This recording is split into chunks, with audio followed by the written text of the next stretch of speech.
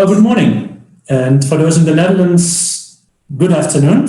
Welcome to this first seminar of the Week of the Entrepreneur, organized by the Dutch-Brazilian Chamber of Commerce, Dutcham, and the Netherlands Embassy in Brazil. My name is Raymond Daniel Boef. I'm the counselor of the Netherlands Embassy in Brazil. I will be your moderator today. Today we will speak about the future of doing business in Brazil. The questions are, what has changed during the pandemic and what will remain different? This seminar will be recorded and will be published on our website afterwards. I will show some slides to start this seminar and to introduce our panelists.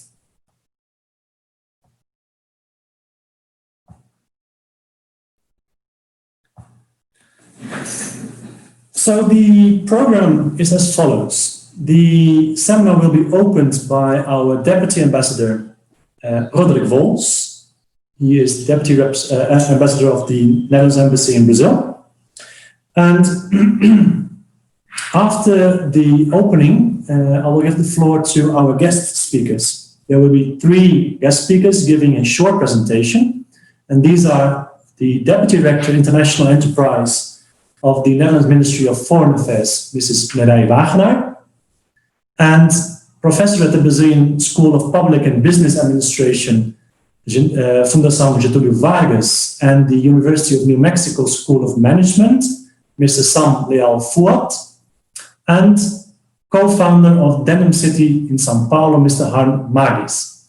After the 3 presentations, there will be time for questions and debate, and I invite you to actively participate in the debate. You can ask questions by writing them in the comment section.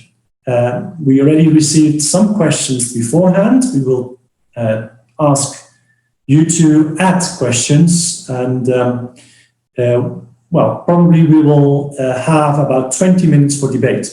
We will finish this seminar at 12 o'clock Brazilian time and 4 o'clock the Netherlands time. So, to open this seminar, I give the floor to the Deputy Ambassador of the Netherlands Embassy, Mr. Roderick Vols. Well, thank you very much, Raymond, and I'm happy to see you all participating in this webinar. Particularly happy to see Merei Wagenaar. We know each other at Tokyo, where she was the innovation attaché. I know about Denim City in Japan. I also had to do with that in very active participation in Tokyo and also in other places. And I visited FGF in Sao Paulo, so there's a bit of connection with all 3 of the speakers later today. But thank you very much. It's very important that you participate, because this is, for us in Brazil, the week of the entrepreneur. We like to underline the importance of entrepreneurs worldwide, in the importance of creating jobs, but also have commerce going on, and to make the world move, actually. We all have to do with entrepreneurs, whatever we buy or wherever we work. Brazil is a very big country. It's about 210 times the size of the Netherlands, just to give a bit of an idea. And at the moment, there's a lot of news about Brazil, especially around the Lava Jato recently, and also about the Amazon and deforestation. It's not always positive news, but there's a lot of good news to tell as well. And that's the importance from our side, to bring balance in the entire story and to focus on the economic developments in Brazil and the chances for Dutch companies on this market. It's a huge market with a lot of opportunities. The economic network in Brazil is quite substantial. We have the embassy here in Brasilia, with an economic department, of course, and we have an attaché for customs affairs and an agriculture attaché in Brasilia. We have consulate generals both in Sao Paulo and Rio de Janeiro. And in Sao Paulo, we're also happy to have an innovation attaché working there, and a colleague specifically for investments in the Netherlands from Netherlands Foreign Investment Agency, NFIA. Apart from that, we have 2 trade offices, Netherlands Business Support Offices, both in Belo Horizonte and in Porto Alegre. And we have, for general affairs, also the defense attaché based in the Netherlands, and we share with Belgium and Luxembourg a police liaison based in Brasilia at the Belgian embassy. Apart from that, we have a network of 11 honorary consuls spreading all over Brazil. So for entrepreneurs, there's always a way to access the network and to find colleagues who can share information and help you to find your way on the Brazilian market. We quite often say Brazil is not a market for beginners. It's a market where you have to have your network, you have to have an investment in time to get to know your people, your colleagues, and then Brazil is a very attractive market, which is also shown by many Dutch companies who are already for sometimes over a century active in Brazil, producing their products here, having liaisons with the Netherlands, having airlines with the Netherlands. So it is a very accessible market with a very long-standing relationship. In this seminar, we would like to start our week of the entrepreneur. That's a week of 5 webinars for our side. Today we have the future of entrepreneurs. Tomorrow we have a live talk with experts. On Wednesday, the responsible business conduct. On Thursday, we speak about the ports of opportunities. And on the 5th day, that's on Friday, the entrepreneur on stage. So there's several webinars that we hope you will be able to participate every day from 11 till 12 this week, or from 4 to 5 in Dutch time. I would like to wish you all a very happy week of the entrepreneur. And I'm very happy with our guest speakers. And without further ado, I give the floor to Merei. Oh, sorry, to Raymond. Thank you, Roderick. We will continue to the guest speakers, and I will introduce each speaker shortly before each presentation. And to start with, Mrs. Merei Wagenaar, Deputy Director of the International Enterprise Department at the Netherlands Ministry of Foreign Affairs. She's responsible for the European region, small and medium enterprise policies, and the public and private partnerships. Merei Wagenaar has a background in chemical engineering and a variety of courses in public and business administration in Rotterdam, the US, and in Brazil, among other countries. She started her career at DSM and moved towards the government quite early in the career. In the government, she fulfilled positions focused at international affairs, innovation, SMEs, and renewable energy. And she also, as mentioned by Roderick, worked as the head of the economic department at the Netherlands Embassy in Tokyo. So I would like to give the floor to Merei for your presentation. Thank you. Well, thank you so much, Raymond, and so nice to see you again, Roderick. Good to see you in this new position. And I think what you mentioned about Brazil, I think we knew also in Japan that was the struggle, that it's a market not for beginners. You have to have some experience to do the steps. So I think this suits you perfectly in that respect. Also, thank you for inviting me in this special week for the entrepreneurs. We in the Netherlands, we ended it last week, so it's so nice to have a kind of a next step, and you don't have only the day of the entrepreneurs, but even a whole week. So compliment for that nice initiative.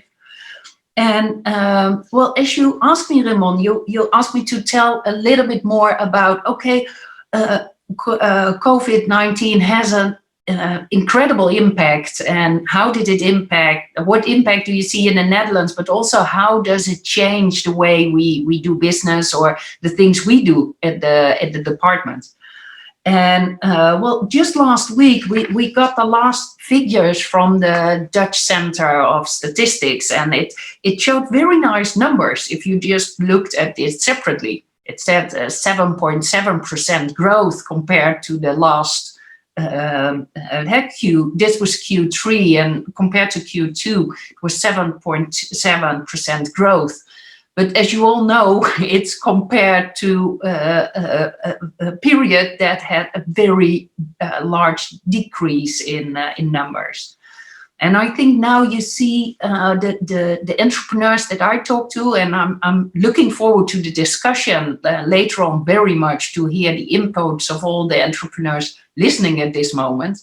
But the entrepreneurs that I speak to, and the branch organizations, they say, well, there's not one entrepreneur. If you look in the Netherlands, you see businesses really struggling, and the well, the bankruptcy numbers are rather low, but that has to do with a very good safety net of the government. So we are prepared to see numbers rising quite rapidly if those safety nets will end. Well, luckily that's only in next year, but we really hope then that the sound companies can continue.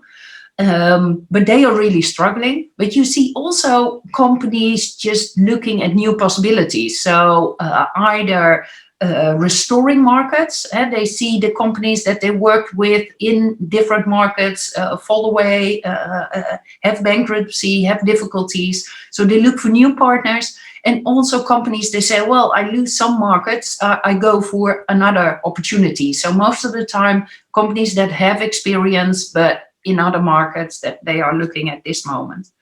And you have sectors that are booming, whether we have in the digital side, healthcare, but there are really areas where they can't just get enough work done to reach out to the rest of the world, and they're very eager to make this leap into new countries and new markets.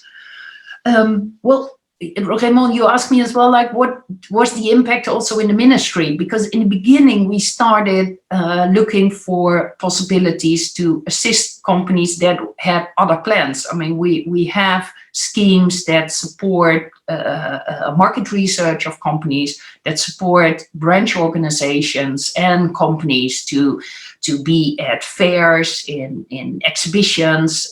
Well, all these things were cancelled, and a lot of companies made costs to get their preparation going.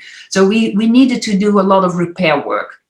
And a kind of a courtesy, well, it was a kind of a courtesy package to make sure that costs that companies made for things that couldn't go through were covered. And that was the first stage. And then we thought, okay, we have a new reality. What can we do in this new reality? And then we started developing digital schemes. And whether, well, the most ones that we can see are the missions, the digital missions. And luckily, we were quite happy that some of the embassies as well were very active, organizing seminars, digital seminars, things like that. And what we see, the numbers, especially in the beginning, were sky high. You see some fatigue getting in, kicking in now. But especially in the beginning, there were incredible numbers of people tuning in. And the good thing is what we see now, people are more picky. So I hope that's the case here in the seminar as well. But people are picky in what kind of seminars they attend and the quality of the different seminars.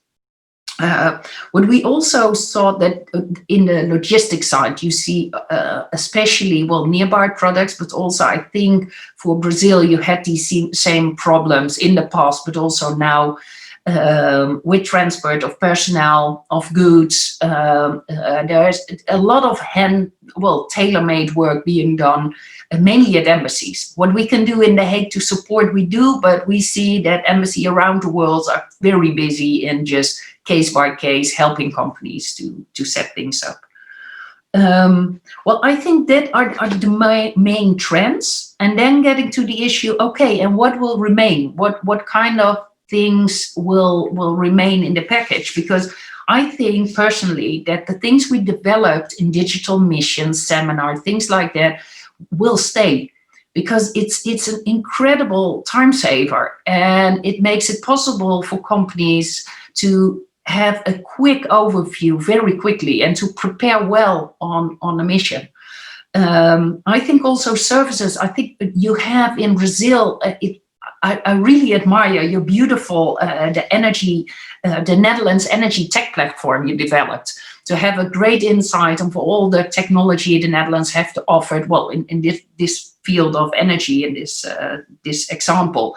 But using more of these digital platforms, seminars, missions, I think will stay, although it's not a replacement of making physical contact. I think at the end of the day, well, most of you will recognize that as well. You want to see a person in the eye before you sign a contract.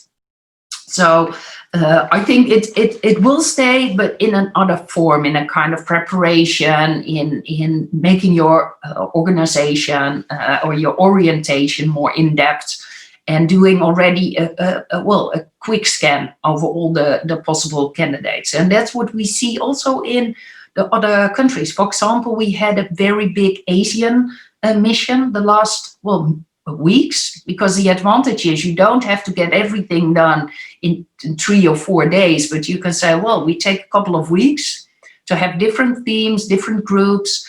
And what we see is that the interest of all the companies abroad is pretty high as well. It was our a bit of a doubt we had. Well, we can be prepared, we can be very anxious to make contact from the Netherlands, but if there's not a foreign audience like the Brazilian audience or in the ASEAN region that are willing to matchmake or do other activities, then it's no good.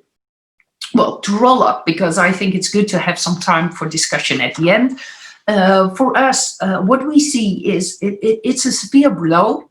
What companies have to face with. What we see is that they put a lot of effort in restoring their markets and the context they have. A lot of attention goes to the nearby markets in Europe, for example. But what we see, luckily, is that there are also companies looking for further than their current contacts, that are looking for new possibilities and sectors that have potential to grow in these times. And what we see is that the digital age will give us a lot of possibilities. For example, for markets that are further away, you can't just make a weekend stopover in Brazil and go back. So it's good to do already some research, and when you get to a country, to really make the in-depth encounters. So that for me for now. Thank you, Raymond. Thank you so much, Merei. That's very nice explanation about the challenges we face, but also the opportunities it poses. Very, very nice to hear. So we will continue with the other two presentations and open the floor for questions afterwards. So our next speaker is Mr. Sam Hisham Leal Fouad. He is professor at the Brazilian School for Public and Business Administration, Fundação Getúlio Vargas in Rio de Janeiro, and also at the University of New Mexico School of Management. Sam Leal has a background as an accountant and attorney, and is experienced in global business and education. He has fulfilled various senior leadership positions at Ernst & Young, among which focused on Latin and South America. Furthermore, he served in various capacities within governments, NGOs, and other organizations committed to social economic development in the US, in Latin America, and worldwide. So I would like to give the floor to Sam. Thank you, Ramon. My pleasure to be here. I had one slide. I don't know if you have that, but just to leave some content behind. I'll build on the comments of Roderick and Merei and serve as a bridge to the real show, which is Harm to talk about his specific experiences as an entrepreneur. So just in a few minutes, if possible, to share a perspective on Brazil as a market. And I appreciate that there are not only entrepreneurs from the Netherlands, but also some Brazilian companies and some larger Dutch companies. So I'll make these comments pretty broad. The first observation is when we look at Brazil as a market and its attractiveness or competitiveness is that it is a global, a regional, and a national market. And this is different from most markets in Latin America due to Brazil's size. But that doesn't mean it's an integrated market in the global supply chain or that it's easy to operate a regionally integrated business. But Brazil has the features that are interesting from a global, a regional, and it has critical mass and complexity as a national geographic market, which Roderick mentioned, which is why it's so important that you have this network of capabilities to support your business throughout Brazil as Dutch entrepreneurs. And I have no doubt that Dutch entrepreneurs and businesses are very capable of being successful in Brazil because you're the most agile, or certainly amongst the most agile businesses in the world, and a long tradition of that. So first of all, when we look at markets, we think about economic size, and then we look at industry footprints and population characteristics. When you look at the economics, as Merei mentioned, the COVID pandemic has been the single greatest economic downturn in the modern history of man and womankind. And so this exceeds the decline in the first quarter, second quarter of 2020 was in excess of the decline in the Great Depression. And so the question is, what's the curve coming back? What's the angle of that curve coming back? So that has been a huge blow to every country in the world. Unlike the 2008-2009 financial repression, which began in the United States and affected mostly developed markets, but we saw emerging markets like China, like Brazil, didn't experience the 2008-2009 crisis as severely. And that crisis, 2008-2009, took a year or so to really impact. Here we're seeing in a matter of weeks, the impact was significant worldwide. The good news from a Brazil standpoint is that Brazil is experienced with macroeconomic cycles. Brazil, every couple of years, as recently as 2011, 2013, 2015, has experienced many macroeconomic meltdowns. And if you go back, that's a tradition. And so the capabilities of the Brazilian market and managers to cope with economic cycles is a significant resilient strength. It's not a strength you want to have, but they have it in Brazil. We have it in Brazil because of these many experiences. And Brazil, by the way, has wonderful macroeconomic expertise. It's not just for football and surfing and models that Brazil contributes world leadership, but literally in macroeconomic disciplines, Brazil is very strong because of the history of the country's economic cycles and dependence on aid from international organizations. Where Brazil lacks is perhaps more in microeconomic capability, but that's a different matter. So when we move and look at why is Brazil attractive, the diverse geographies, Brazil has geographic regions which differ significantly, and you need to understand that, and would be significantly different in terms of markets and other characteristics. The population is more than 200 million people, which is what attracts a lot of sustained interest. And that population ranges from the most wealthy in terms of what's called the Gini coefficient of equality of wealth. Brazil has extremely wealthy people. So businesses that are focused on the high net worth segment do well and maintain commitments to Brazil, but also has a very big base of the pyramid and many people who are not participating in the formal economy or have access to the infrastructure of education and technology bandwidth, for example. So big diversity of geography and populations and educational experiences. So while education has improved since 2000 at a primary level in Brazil, overall education lags quite behind other countries of Brazil's size and capabilities. Advanced education, little stronger. When we look at formal institutions, moving on to these characteristics of the market, generally very complex institutions at all levels. So you have a republic, a democratic republic formed roughly at the same time as the United States based on the French model, a couple of 100 years of development of three branches of government, a very strong relationship between the executive branch capabilities and the legislative two branches of government, and obviously, as is mentioned by Roderick, given Babo Jato, a strong presence of the judiciary increasing as well. I don't want to comment too much on politics other than to observe after the democratization of Brazil in the mid-1980s, there was a commitment to a very significant constitution, it was a very voluminous constitution and enshrines many social and economic commitments and would have placed Brazil in the center left from a European perspective of social democracy.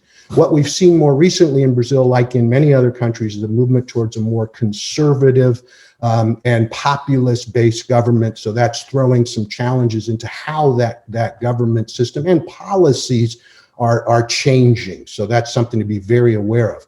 When you look at infrastructure, as is mentioned by Merei, very challenging. I'm sure Harm will talk a little bit about how challenging the infrastructure is, from ports to roads to rail, very challenging, where Brazil has not invested as a country at the level to make its infrastructure effective for business purposes, for example, and not just in hard infrastructure, soft infrastructure, very mixed. So you'll find, for example, in the very difficult tax and legal system, some very complex, time-consuming bureaucratic things. You'll also find some highly modernized digital things.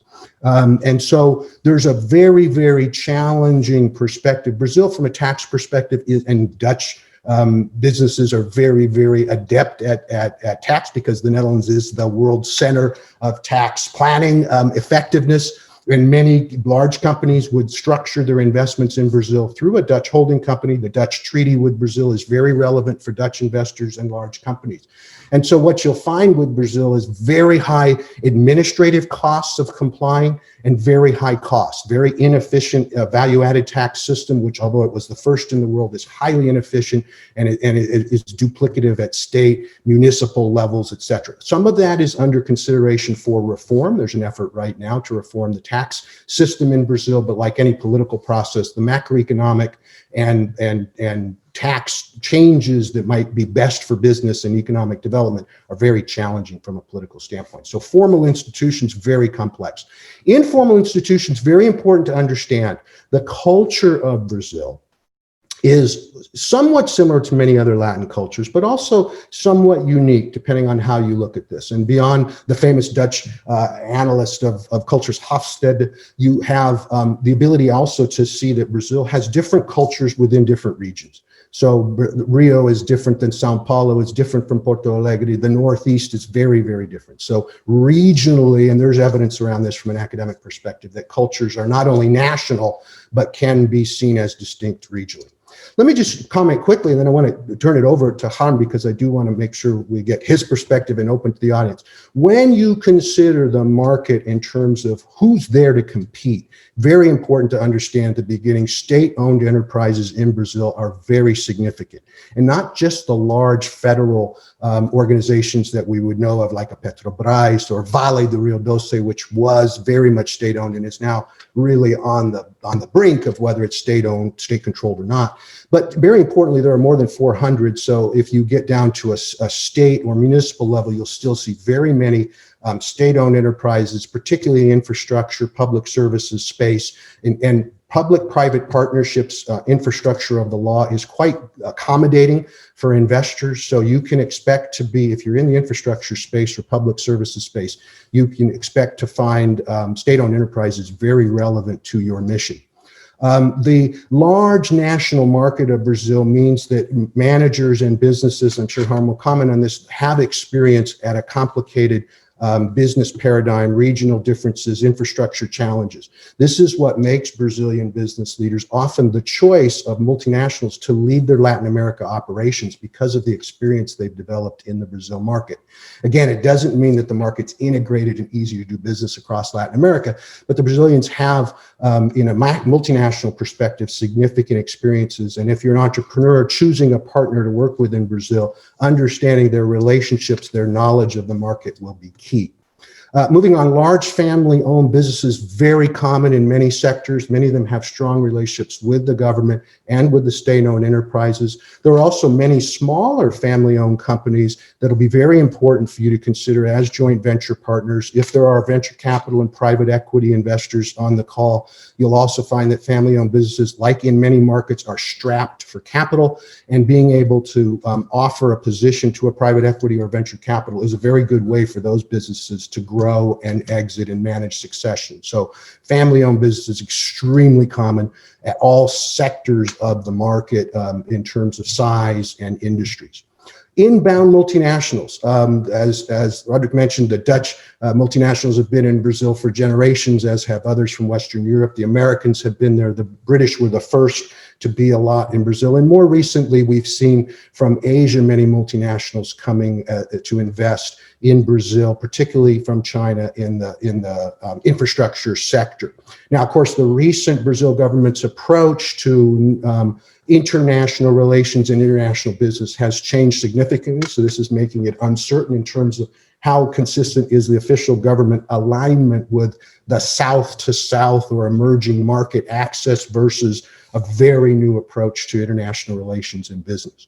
The last I want to comment and then turn over to Harm to specifically talk about his experiences is the entrepreneurial culture in Brazil. And I think it's important for us to first of all remember, I would say there's 4 types of entrepreneurship.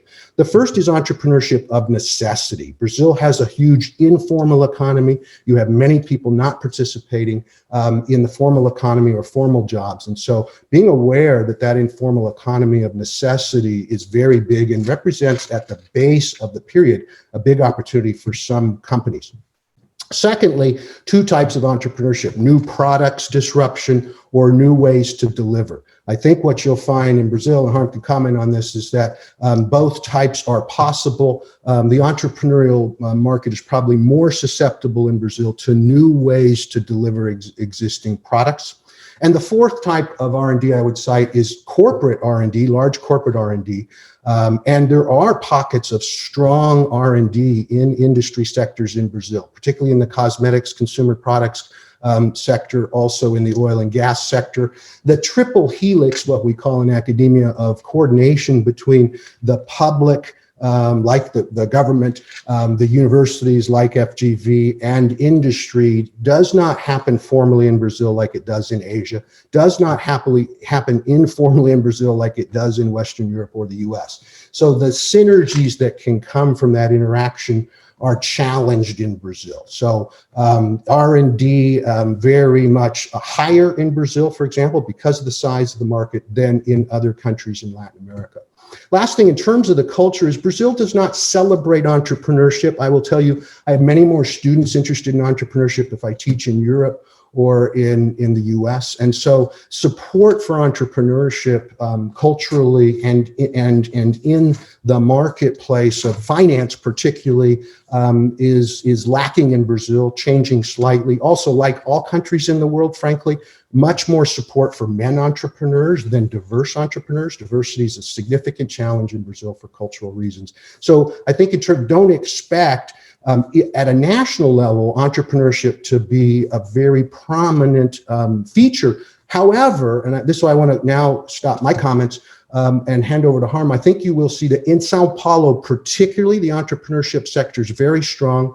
In some segments like the banking and financial sector, which has some dominant big players being disrupted by smaller technology entrepreneurs, there are very much some specific sector opportunities. So I'm going to stop there. It's a pleasure for me to represent FGV. We're also proud of being a globally recognized think tank, another indication of how Brazil is a global market. Let me turn that over to Harm for specific comments.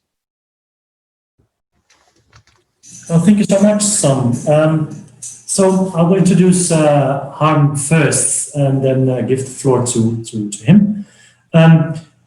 So the last presentation is to be given by Harm Magis. He is General Manager of Denim City in Sao Paulo and Amsterdam. And he's also the co-founder of Denim City in Sao Paulo. Harm studied history of art in Amsterdam and worked in the cultural and arts sector for several years, when he gradually moved from working at global enterprises to become an entrepreneur. He has founded the design and production and distribution company Janssen & Co., the International Denim Education and Innovation Center, Denim City, and is also the general manager of Global Mind Investments, an international investment company focused on innovation and sustainability. So the floor is yours. Thank you. Thank you, Raymond. Thank you very much for inviting me, and pleasure to take part of this seminar. Let me, first of all, there's a few roles you mentioned which are not that current anymore, but yes, I am a co-founder of Denim City Sao Paulo, which is a license of Denim City Amsterdam, which is an offspring of the House of Denim Foundation, which was set up and started in 2009 by several people from the industry, the textile and denim industry, who saw very early on at that time, totally different than what we see today, and not that many people were aware of at the moment, is that the denim and the textile industry is a very polluting industry. So they founded this foundation with a big goal to clean up the industry, but had no idea yet where to start. And they found a fantastic angle of through education to create and develop a new generation of denim developers who be trained actually in more sustainable manners. For that reason, they set up Denim City in Amsterdam as a innovation center, and that's where I came in from a total different industry, and I started the activities there, a retail store with a team, and with a different team, we started an academy for the industry. And this academy, we train people from companies like Inditex, Bestseller, CNA, etc., large companies, but also denim companies, specialized denim companies like Levi's, like G-Star, etc. And in that position, at the time, I was indeed the general manager of Denim City in Amsterdam. Moved on to an investment firm, which I recently left, actually. But in that position, I basically sold a license to Brazil, to a group of entrepreneurs from Sao Paulo and the regions. Actually, there's some more. They were enthusiastic about the concept, and together with a small team of 3, we created basically the plan for Denim City in Sao Paulo. They had a question where they wanted to lift the denim industry in Brazil itself, and to also support the foundation's goals of cleaning up the industry.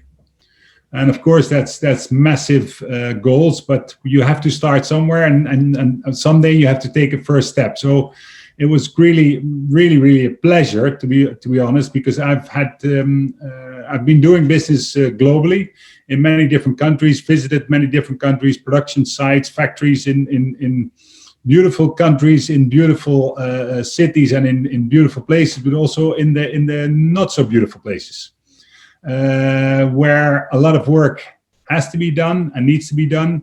I'm also very realistic and know that all this change, which we all want and which we can read in the newspaper, is not something which is done overnight.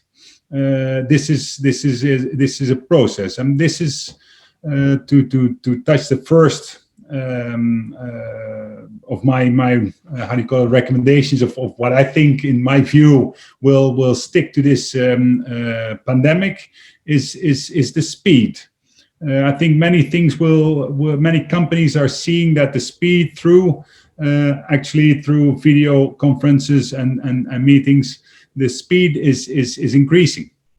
I think also there is also a need for that, because especially in this crisis, many companies have seen in the first months, especially, that they were a bit sleeping. I think many of them were a bit slow in their response, also because of the great support, which was very much needed by most of governments across the globe. But that has also slowed down some responses in a variety of different companies, and I know especially from in the textile world. But to come back to that in a minute. So with this small team of companies, we set up Denim City Sao Paulo, which opened last month. It's a 4,500 square meter denim innovation center with 25 showrooms for companies from the industry. There's several classrooms. There's an atelier with sewing machines. There's a big laundry. There's a co-working space. There's a restaurant. There's some food bars, and there's even a Heineken bar, which is always great. Of course, they have a Dutch beer in there. Nice connection. But the good thing is, and that is the biggest achievement, I think, is that we got the support from all companies, and not all, but a lot of companies from the industry. So as I said, there's over 25 showrooms in Denim City. It's located in the middle of Brás, which is the textile district in Sao Paulo. All these companies, that's really fantastic, they are supporting the idea. They know that they would like to lift the industry to a next level. They would like and have the ambition to improve the industry itself and to become a more cleaner industry. And I think that in itself is already an achievement, and I'm really pleased and proud to be part of that in Denim City, Sao Paulo. Let me think. So this all, in my experience, happened fairly quickly, because I met the small team in end of 2017. We were planning to open in spring 2020 this year. This was delayed by the pandemic by 6 months, but it was all for the better, I think. It got it needed some more time. It's a massive building. It's a huge building. And I think I was in close contact with many of the companies over the past 6 months because of the delay, etc., but also for the plans. And I was always surprised to see that there's not much export happening in Brazil. And as a Dutch, I think we always start with a view into Europe, across our borders, and that view is very short-sighted, and because Holland is very small as a country. I remember in the past, somebody in Australia asked me how I went to a trade show in France. I said by car. Then you must cross 3 borders. Wow, that's fantastic. So that really catches the view of people outside of the Netherlands. I thought you were going to say you went by bike. I'm sorry. Could have. No, but it's. I must say this is for Dutch. This is in our genes, I guess. So when I first visited Brazil a couple of years ago, I was surprised that no companies were actually looking outside of their borders. And of course, this is a total opposite of the Netherlands, where there's such a huge local market, domestic market, that there's not a need to. There's always different markets or different areas or regions which are not touched yet by a company, and I talk for the denim and textile companies. So there's already a world of opportunities within Brazil. So that's a big difference. But we are looking into the different possibilities for these companies and how best to promote that and to support that and to start. To come back to the how I look at the future of after the pandemic. First of all, I think I realize that I have a very luxurious experience in Brazil, developing a very big project, and but also getting the right people, getting to know the right people. I was introduced to them in Amsterdam. They were visiting Denim City in Amsterdam, and so I realized I come from a luxurious position in that perspective, because we have been achieving this project and creating this project in a short time. We also know and realize that there's much more to do, and then I think, looking at the pandemic, I've seen and know that a lot of companies have been affected a lot by the pandemic, but the resilience is quite good, to be honest. I see a lot of companies recovering fairly quickly, and of course, 2020 will not be the best year, and it will probably be best forgotten as soon as possible. But I think this is what companies are learning at the moment is how to become more resilient, and this is, I think, one of the key focus areas for companies after the pandemic. We have no idea how easily we will run into new crises. this crisis nobody had seen coming. I think the technology and the speed, as I said earlier, is a very important factor for companies to learn to increase their speed of decision making, the speed of acting towards the market, their speed to listening to their clients and customers and consumers, and the resilience. So that's going to be a key factor, whereas which really has to change, I believe. I think many companies, I can say there's many companies out there which did not have that much reserves, and I think this is something which is at the moment already changing. And for this year, I think most companies are still fighting to recover in a way their revenue, and to they're still in a kind of a survival mode. On the other hand, I think it would be very good for them to look at the very near future, and also to start acting in building up new reserves, because we don't know how long this will take.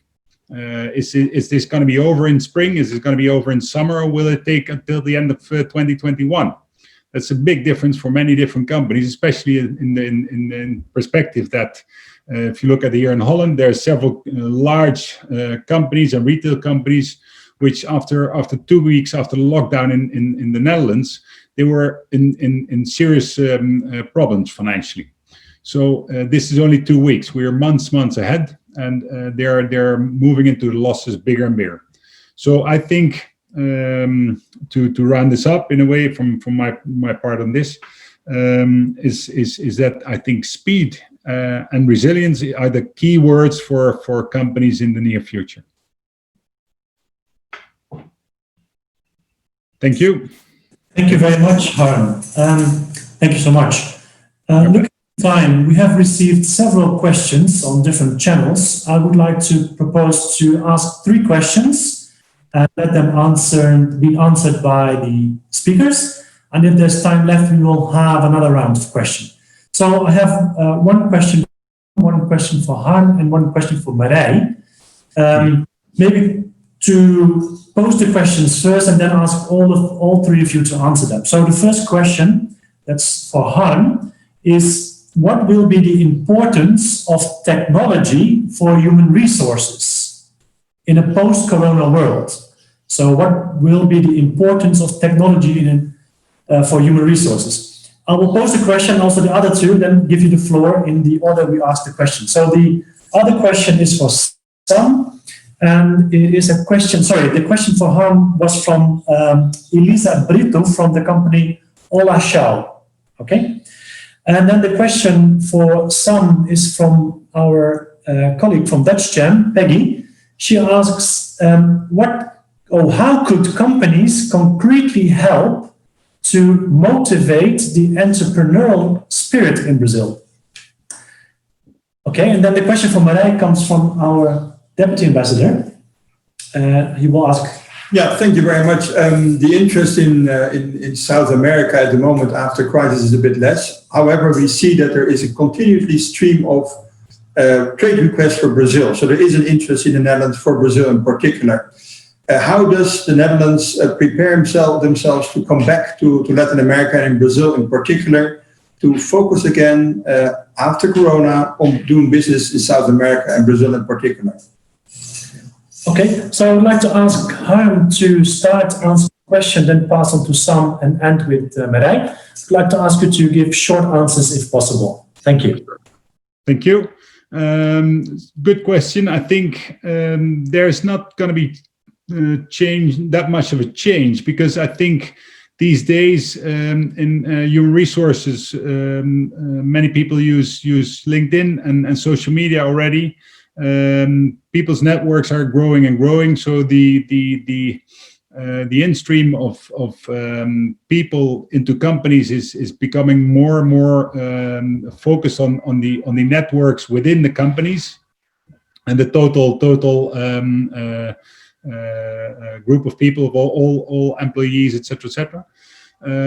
I think one of the potential changes might be, and I think if I look at myself as well, for people, we're looking for different projects as well, that we are more open, at least I am more open to also to work with people who are not located in Amsterdam, where I live, or in the Netherlands. So the world is expanding, basically, of working remote, not just remote occasionally and coming weekly to an office, no, also really remote work. So I think this was a trend, basically. What is not new, totally new, but I think the pandemic has increased the speed.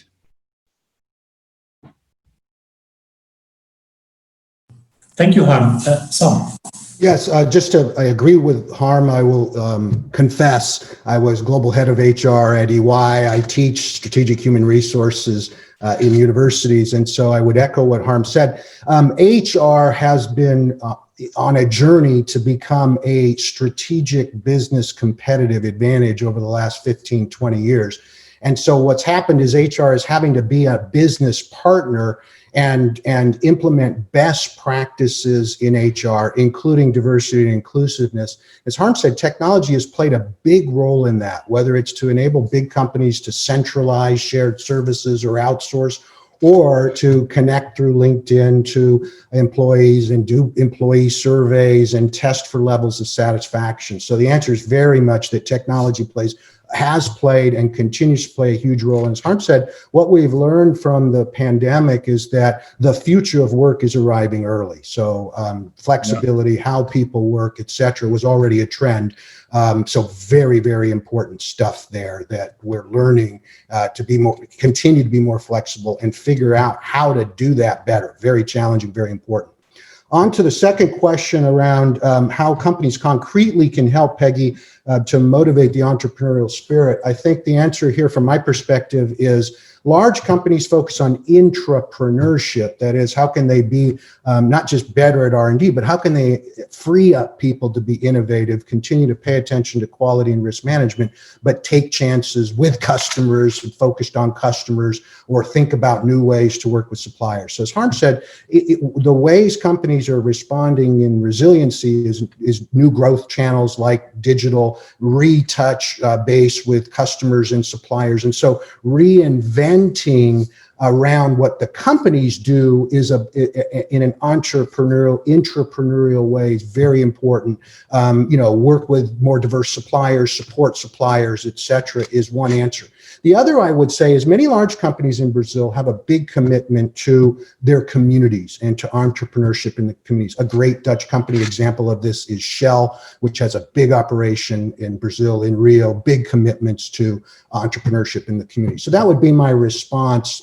Education is the other area, but I think to be responsible about entrepreneurship, to support community development and entrepreneurship. The last thing I would add here is that Brazilian companies have a high level of disclosure in their financial statements due to the adoption of IFRS, and in their corporate reports due to a large embrace, if you will, of the global reporting initiative. So from a benchmarking standpoint, and a lot of my research is in this area, there are more than 400 publicly listed companies in Brazil. You can see their data at quite high levels regarding HR, regarding diversity and inclusiveness. And so I have a lot of publishing work going on in this area, but it's encouraging that there's quite a bit of transparency. Some of that may also be to encourage investors who are nervous about the issue of systemic corruption, but there's good data for benchmarking available in Brazil is the other point I'd make. Thank you so much, Sam. Merei. Yes, let me take it over. Well, thanks. And for me, it's also very interesting to hear the previous speakers. So I learned a lot of new things. So it's great to be part of the seminar. And I do understand your question, Roderick, that you say like, well, now, it's getting a little bit slower, although I understood from RVO that it isn't even dropping so much, the questions, what you might expect, that it's still a steady growth of requests. But what we normally do is, what we also in this crisis do, we go hand in hand with RVO, our entrepreneurial agency, because with them we develop quite some either studies to a market. So if there are markets possibilities together with them and your network, your embassy, we plot out these chances. And if there are certain possibilities for a group of entrepreneurs or companies, then there is the possibility of digital missions. Most of the time we see whether we gather a big enough group to go together, but that is something, well, I look at you in the network mainly to see whether you can do something one-to-one, because I know most embassies and consulates and MBOs are quite good in organizing something one-to-one for a company.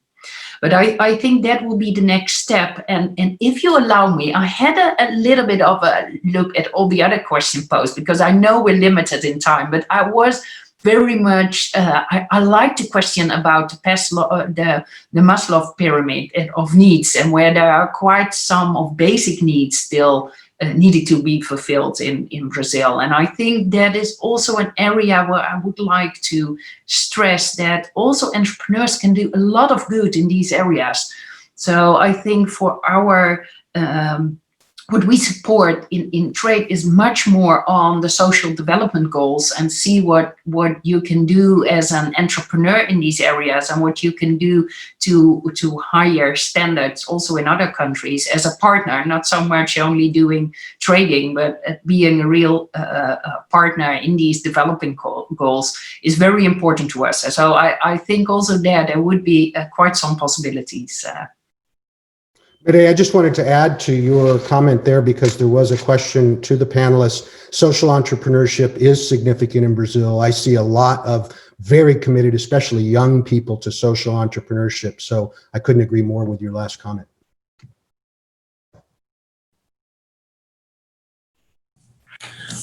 Thank you so much for the answers. And looking at the time, we would like to, we still have some other questions, but I would like to suggest that anyone who has questions, suggestions, that get in contact with us, the Embassy and Dutcham. And of course, the Embassy and Dutcham are also available for services in guiding Dutch companies and entrepreneurs to the Brazilian market.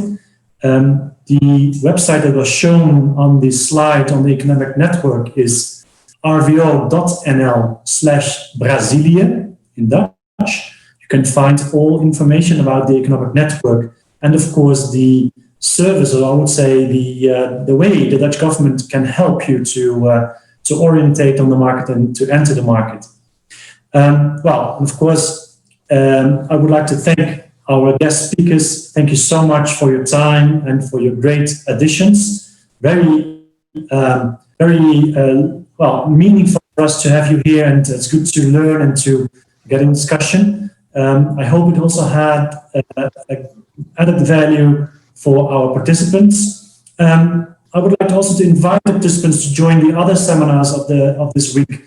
Tomorrow, as been presented by our Vice Ambassador, there will be a presentation, or actually a chance to talk with several members of Dutcham on a practical way. So it's a live talk with members of Dutcham to prepare or to think about the way you can enter the Brazilian market. Then on Wednesday, there will be a specific seminar on responsible business conduct. I think that may be a very nice one for the one that asked the question about the needs in Brazil, and I think it's broader than only doing business. Well, actually it's part of doing business. And on Thursday, a specific seminar on the privatization of the ports in Brazil, for those interested in the public-private partnerships and more specifically the privatization in Brazil. And of course, the ports, you're very much welcome to participate. And on Friday, we will close this week with an awards ceremony. So all that are participating in this week, you are welcome to join Friday to hear who will be the winner of the award of this year, the Entrepreneur of the Year. So once again, thank you to all participants, and thank you to all speakers for joining, and hope to see you in the rest of this week. Thank you. Thank you very much. Thank you very much. Yeah.